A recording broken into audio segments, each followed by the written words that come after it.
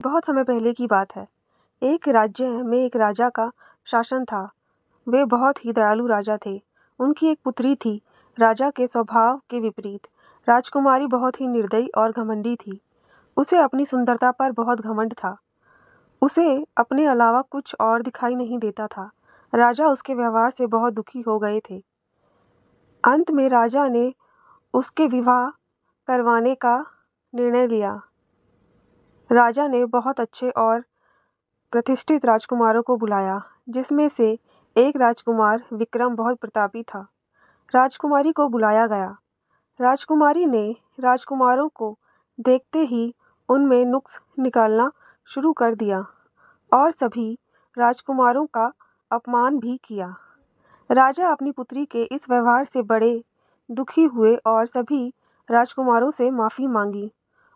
फिर उन्होंने घोषणा की कि कल सुबह जो भी युवक अपने पहले हमारे राज्य में प्रवेश करेगा, उससे ही राजकुमारी का विवाह होगा। अगले दिन सुबह एक भिखारी राजा के महल में आया। राजा ने राजकुमारी को बुलाया और उससे कहा कि तुम्हारा विवाह इसके साथ होगा। राजकुमारी ने कहा, मैं इस भिखारी से विवाह नहीं करूंगी।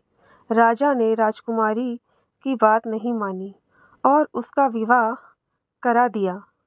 विवाह करने के बाद वह उस भिखारी के साथ चली गई।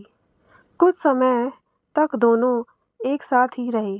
राजकुमारी को घर का एक भी कार्य नहीं आता था, अतः भिखारी ने उसे राजकुमार विक्रम के घर सेविका बनाकर भेज दिया, क्योंकि वहाँ एक सेविका की आवश्यकता थी और राजकुमार की शादी भी होने वाली थी।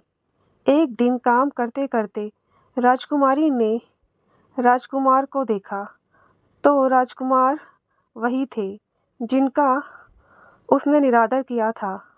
उसको अपनी गलती पर बहुत पछतावा हुआ। राजा विक्रम ने उसे माफ़ कर दिया और बताया कि वह जिस भिखारी के साथ इतने समय से रह रही है, वह राजकुमार विक्रम ही है।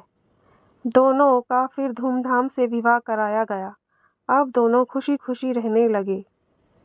सीख, प्रिंसेस स्टोरी इन हिंदी। कभी भी घमंड नहीं करना चाहिए।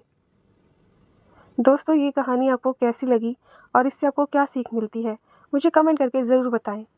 तब तक के लिए मिलते हैं एक नई कहानी के साथ। Bye bye. और प्लीज़ मेरे चैनल को सब्सक्राइब करना ना भूलें।